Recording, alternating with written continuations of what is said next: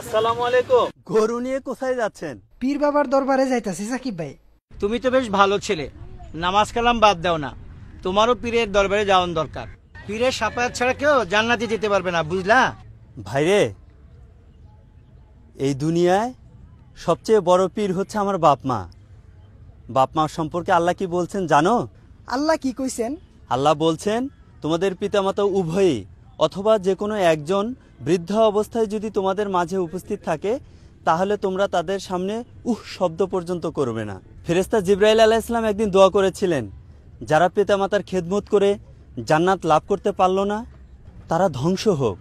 রাসূল সাল্লাল্লাহু আলাইহি ওয়াসাল্লাম বলেছিলেন, আমিন। জিবরাইল আলাইহিস সালাম আরও দোয়া করেছিলেন, রমজান মাস পেয়েও যারা জীবনের গুনাহখাতা মাফ করাতে পারেনি, তারাও ধ্বংস হোক। রাসূল সাল্লাল্লাহু আলাইহি সাল্লাম বলেছিলেন, আমিন। যাই, বাড়িতে আব্বা অসুস্থ, তার খেদমত করি।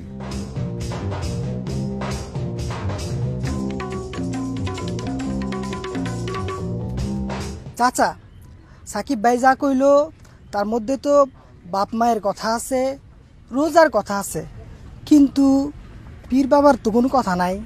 আমারও তো অনেক খটকা লাগছে। আমাগো মসজিদের বড় হুজুর, মাদ্রাসার বড় হুজুর, তারা তো অনেক কোরআন জানে, কোরআন পড়ে।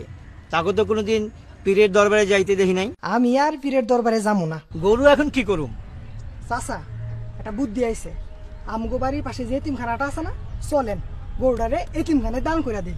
ঠিকই বলেছে ভাতিজা, পীরের মাজারে দেওয়ানোর চেয়ে এতিমখানা দেওয়াই ভালো। চলো।